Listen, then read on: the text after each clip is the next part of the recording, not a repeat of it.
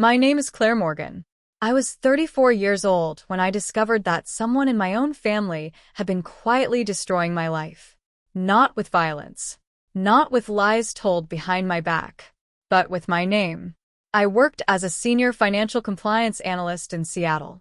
My job was to uncover fraud, investigate suspicious transactions, and catch people who thought they were smarter than the system.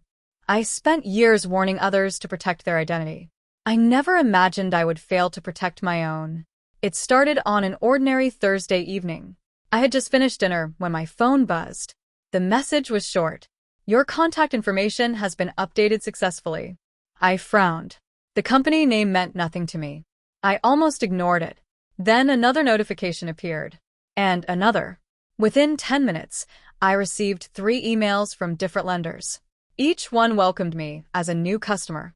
My hands suddenly felt cold. I logged into my credit monitoring account. The screen refreshed. I stared at it for several seconds. 5 accounts, 3 personal loans, 2 credit cards. Total balance, $87,000. I whispered, "This has to be a mistake." But deep down I already knew. Mistakes do not create signatures. Mistakes do not change addresses. Mistakes do not hide for 11 months. Then I noticed something strange. The mailing address attached to the accounts was not mine. It belonged to my parents. I felt my chest tighten. Why would anyone use their address? And why had nobody told me? Before I could think any further, my phone rang. Mom. I answered immediately. Her voice was shaking. "Claire, please do not do anything rash." I stood up. What are you talking about? There was silence. Then she said the sentence that changed everything. "Please do not call the police." I stopped breathing for a moment. Mom. "Who are you protecting?" Another silence. Longer this time. And suddenly I knew. Not because she told me, but because there was only one person in our family reckless enough to do something like this. Jason. My younger brother. The boy I defended my whole life. The boy I helped pay rent for. The boy I believed would eventually grow up. I wanted to be wrong.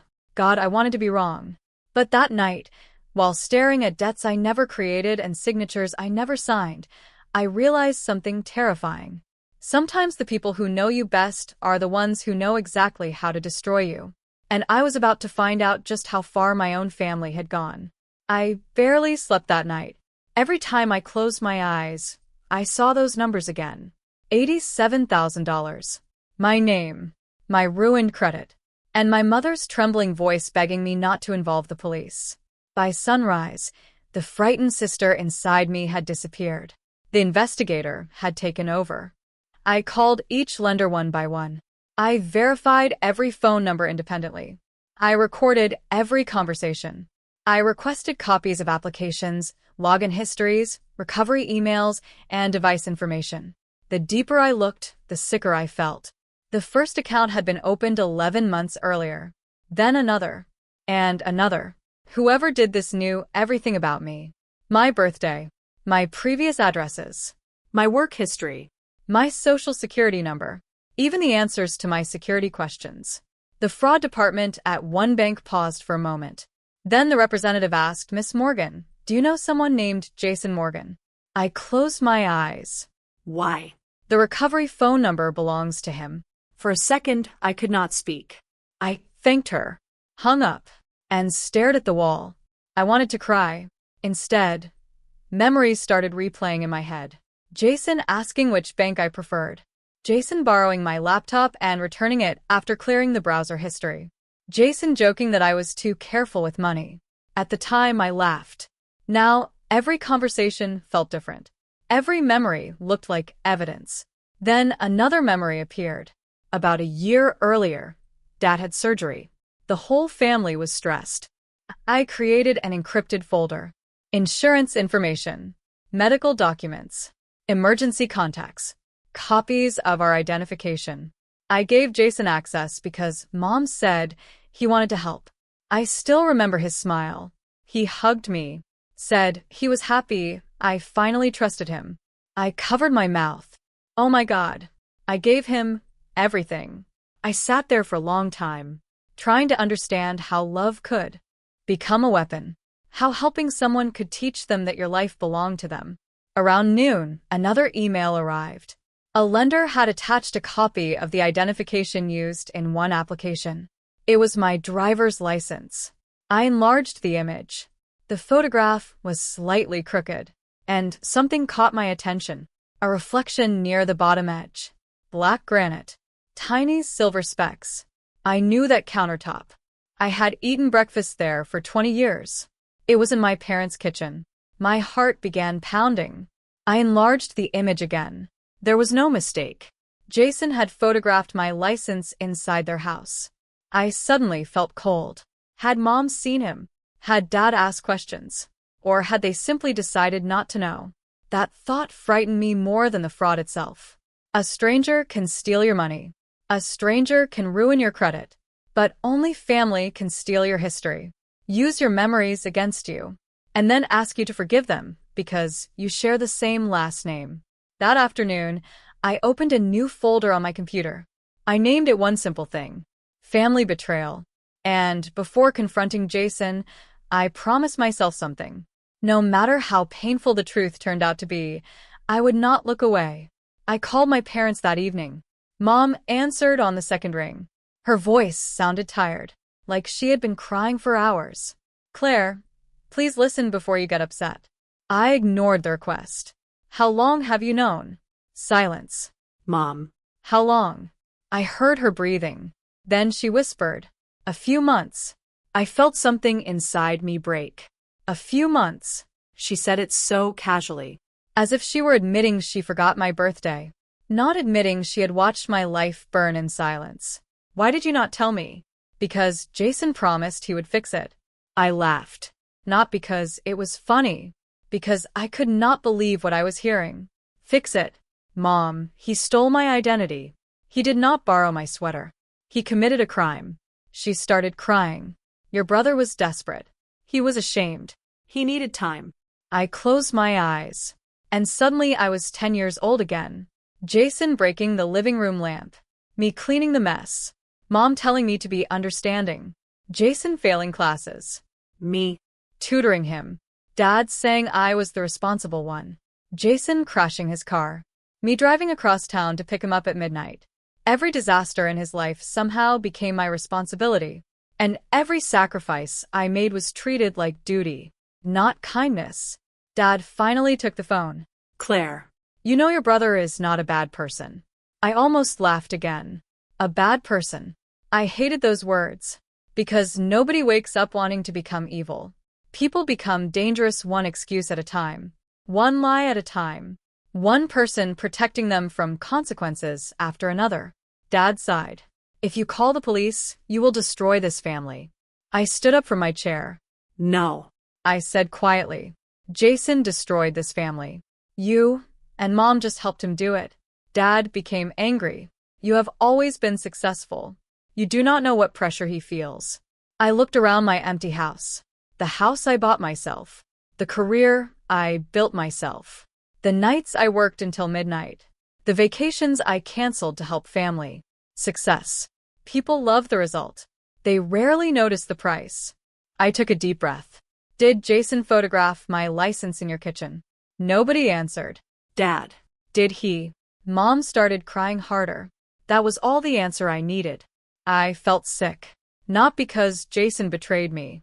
Some part of me already expected that. But because my parents stood there. Watched. And convinced themselves they were protecting their son. The truth hit me harder than any debt. I was not fighting one person. I was fighting an entire family story. The golden rule in our house had never been honesty. It had always been this. Protect Jason. No matter who gets hurt. I hung up. And for the first time in my life, I decided I was done being the person everyone sacrificed last. The next morning, I drove to Jason's apartment. I still hoped he would tell me the truth. I had no idea I was about to meet a version of my brother I no longer recognized. Jason lived in a renovated warehouse near downtown Seattle. For years he had complained about money, Complained about rent. complained that life was unfair.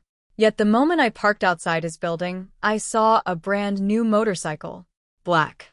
Expensive. Beautiful. I already knew who had. Paid for it. I sat in my car for a moment. My hands were shaking. Part of me wanted to leave. Part of me still hoped there was an explanation. But hope is dangerous when it survives longer than the truth. I grabbed my folder and walked inside. Jason opened the door wearing sweatpants and a smile. For a second, he looked exactly like my little brother. Then his eyes dropped to the folder in my hands. The smile faded. Mom said you were upset. Upset. I stared at him. That was the word he chose. Not sorry. Not ashamed. Upset. I walked past him into the apartment. My chest tightened. There was a massive television on the wall. A gaming computer with glowing screens.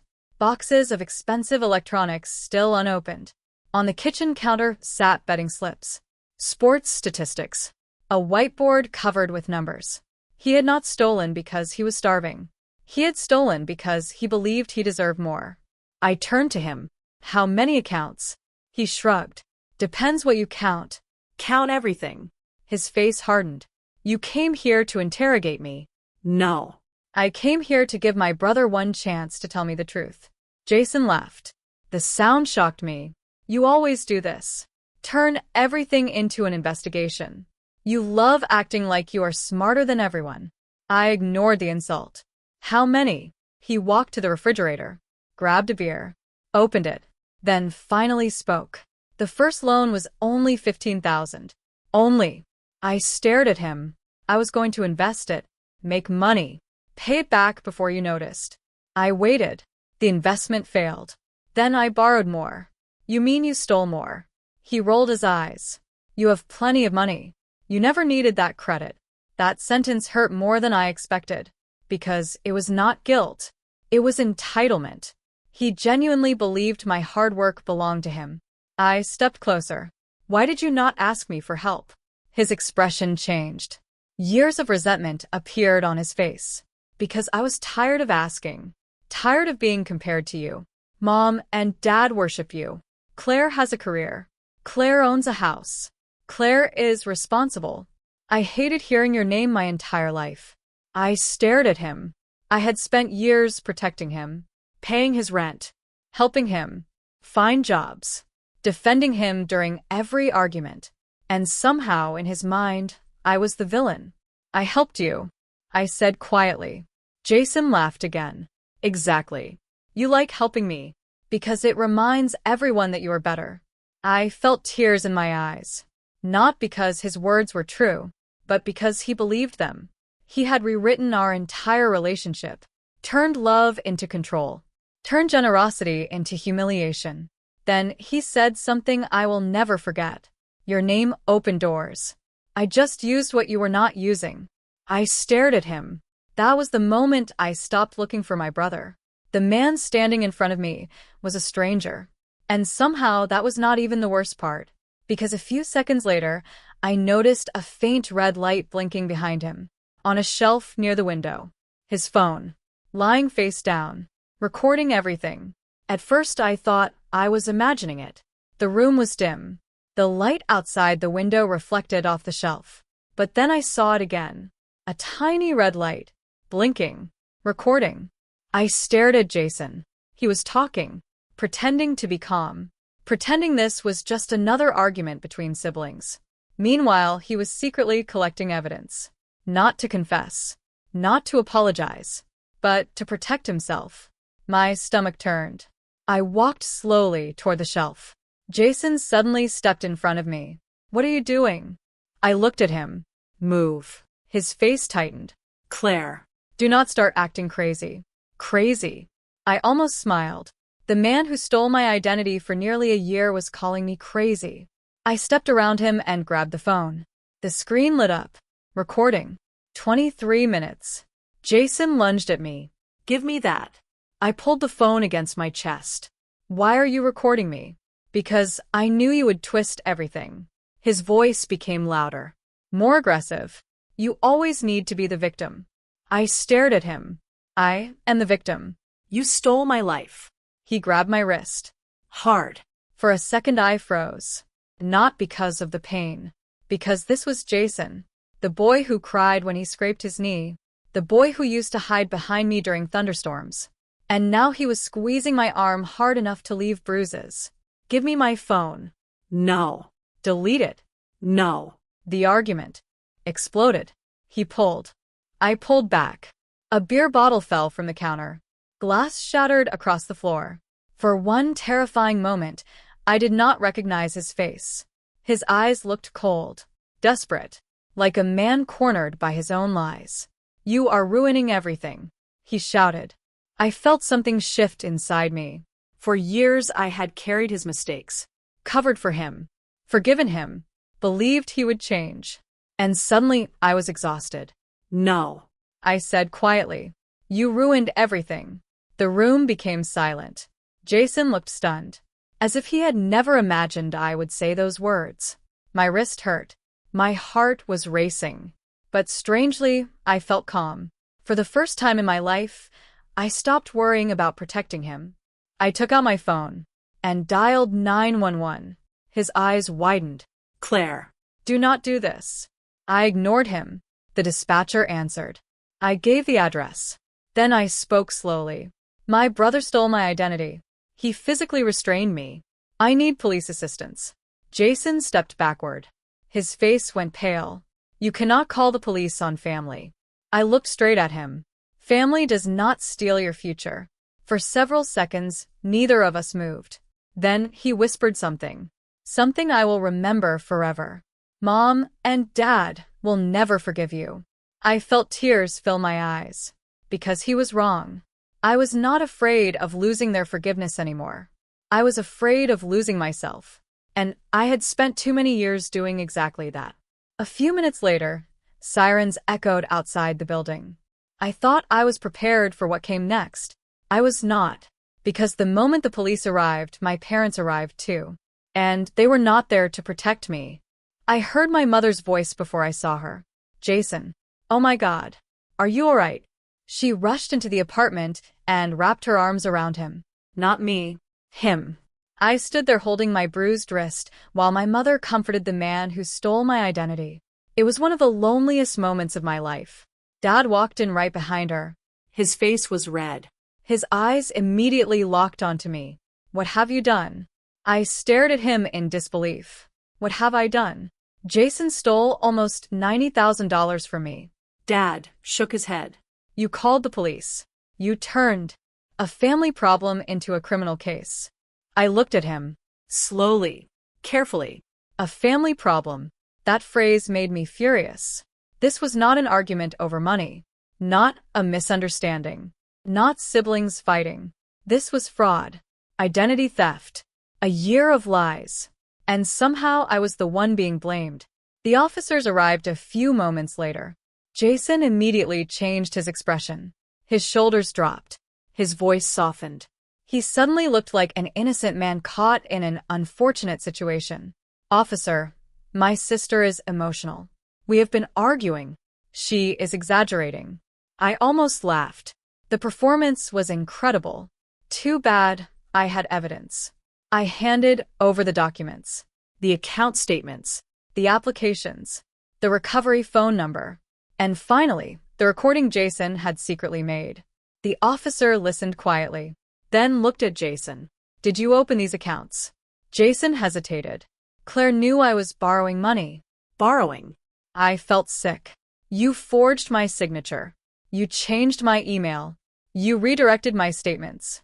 Jason avoided my eyes. Mom immediately stepped in. He was scared. He made mistakes. Please. We can solve this privately. I looked at her. Mom. You knew. Tears filled her eyes. I was trying to help him. No. I said softly. You were helping him hide. Dad became angry. Enough. You are acting like a victim. I stared at him. Acting. The bruises on my wrist were turning purple. My credit score had collapsed. My career was under threat. And my father thought I was acting. Something inside me finally broke. I looked at both of them. Do you know what hurts the most? It is not the money. It is realizing that the people who were supposed to protect me were protecting the person hurting me. Nobody spoke. The silence was unbearable. Finally, I asked the question I had been avoiding. When did you find out? Mom lowered her head. Dad crossed his arms. 6 months ago. I stopped breathing. 6 months. You knew for 6 months. Mom started crying. Jason promised he would repay everything. Dad added, we thought we could fix it ourselves. I shook my head. No. You thought you could keep me from finding out. That was different. The officer beside me quietly wrote notes. Jason looked terrified now. Not because he was sorry. Because the truth was no longer controllable. The officer finally spoke. Miss Morgan, would you like to file an official report? I looked at my family. Mom crying. Dad angry. Jason avoiding my eyes. For years I had protected them. Sacrificed for them. Loved them. But love without boundaries eventually becomes permission. I took a deep breath. And said the hardest word I had ever spoken. Yes. That single word changed all of our lives. And none of us knew yet that the courtroom would reveal secrets far worse than the fraud itself. The months that followed were brutal. People think justice feels satisfying. It does not. Justice is paperwork. Court dates. Sleepless nights. And learning that some wounds remain long after the case is over. The investigation lasted almost 3 months. Digital records connected Jason to every fraudulent account. His laptop. His phone. His apartment internet. Everything pointed to him. There was no mystery left. Only consequences. The prosecutors discovered something even worse.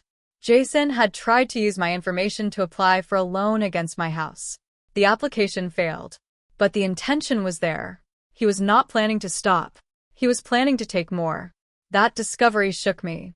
Not because I feared losing my home. Because I finally understood something. The person I loved no longer existed. Or maybe he never existed at all.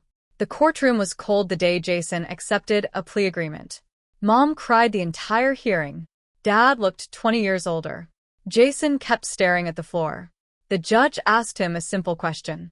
What did your sister lose because of your actions? Jason swallowed. Money. Trust. I interrupted softly. I lost my family. The courtroom became silent. Because everyone knew it was true. The judge sentenced Jason to probation. Mandatory counseling, financial restrictions, restitution, and a strict no-contact order. He was forbidden from contacting me directly or indirectly. When the hearing ended, Mom tried to walk toward me. I stepped back. For the first time in my life, I stepped back.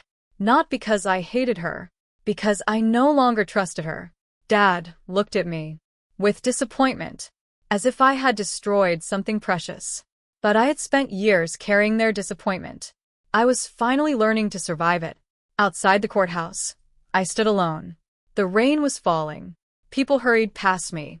And suddenly I realized something strange. I was grieving. Not Jason. Not even my parents. I was grieving the family I thought I had. And grieving someone who never truly existed is a different kind of heartbreak. For a long time, I thought healing meant forgiveness. I thought one day I would wake up, feel lighter, miss Jason, call my parents, and somehow everything would slowly become normal again. I was wrong. Healing was not returning to who I used to be. Healing was becoming someone new. I changed every password, replaced every document, closed shared accounts, removed my parents as emergency contacts. At first, I felt guilty. Then I realized something important. Boundaries are not punishment. They are protection. Mom called many times. Sometimes crying. Sometimes apologizing. Sometimes pretending nothing had happened. Dad rarely called. But when he did, he always asked the same question. When are you coming home? Home. I used to love that word. Now it felt complicated. Because a house is not a home when you are only loved as long as you sacrifice yourself. I eventually agreed to meet them. A small conference room. Neutral ground. No Jason. No excuses. Mom looked older. Dad looked tired. For the first time in my life, they looked fragile. Mom admitted she had known for months. At first, she believed Jason would repay the money. Then she became afraid. Afraid of losing him. Afraid of losing me. So she kept lying. One lie became another, then another, until she no longer knew how to stop. Dad remained quiet. Finally, he said, "Parents protect the child who struggles the most." I nodded slowly, then answered, "And who protects the child who never complains?" Neither of them had an answer. I told them my boundaries. No sharing information. No messages from Jason. No surprise visits. If they crossed those lines, I would walk away forever. Dad called me cold. Mom cried. I stayed calm. Because peace is not found when everyone agrees. With you. Peace begins the moment you stop betraying yourself to make others comfortable. That was the hardest lesson I ever learned. And also the most valuable. It has been almost 2 years now. People sometimes ask if I regret reporting Jason. The answer surprises them. I regret trusting the wrong people. I regret ignoring warning signs. I regret believing love alone can change someone. But I do not regret choosing myself. Not for a second. Jason violated probation a year later. He tried using another person's information to apply for a loan. The application was blocked. The court extended his supervision. I heard the news, closed the email, and went back to work. That was the moment I realized something. His choices were no longer my responsibility. For years, I believed I had to save everyone. My brother, my parents, my family. I carried problems that were never mine, and slowly forgot how to protect myself. Not anymore. Today, I lead a regional financial fraud team. I help people whose identities have been stolen. Some by strangers, many by people they love. The hardest cases are never about money. They are about betrayal. Because when someone steals your identity, they do not just take your credit. They take your sense of safety, your memories, your trust. And rebuilding those things takes time. I still keep an old family photo in a drawer. Me, Mom, Dad. And Jason. We are smiling. Every time I see it, I feel sadness. But not anger anymore. Because healing is not pretending the past never happened. Healing is accepting the truth, even when the truth breaks your heart. I used to think loyalty meant standing beside people no matter what. Now I know better. Real love requires honesty. Real family respects boundaries. And protecting yourself is not selfish. Sometimes, it is the bravest thing you will ever do. If you have stayed with me until the end, thank you. This story is not really about fraud. It is not about money. And it is not about revenge. It is about learning that love should never require you to sacrifice your dignity. It is about understanding that family is built on trust. And once trust is broken, you are allowed to choose peace. Even if others call you selfish. Even if they never understand. So, I want to ask you something. If your own family betrayed your trust, would you forgive them? Or would you walk away to protect the life you worked so hard to build? Tell me your thoughts in the comments. Do not forget to like this video. Share it with someone who needs to hear this message. And subscribe to the channel for more true stories about courage, betrayal, and choosing yourself. I will see you in the next story.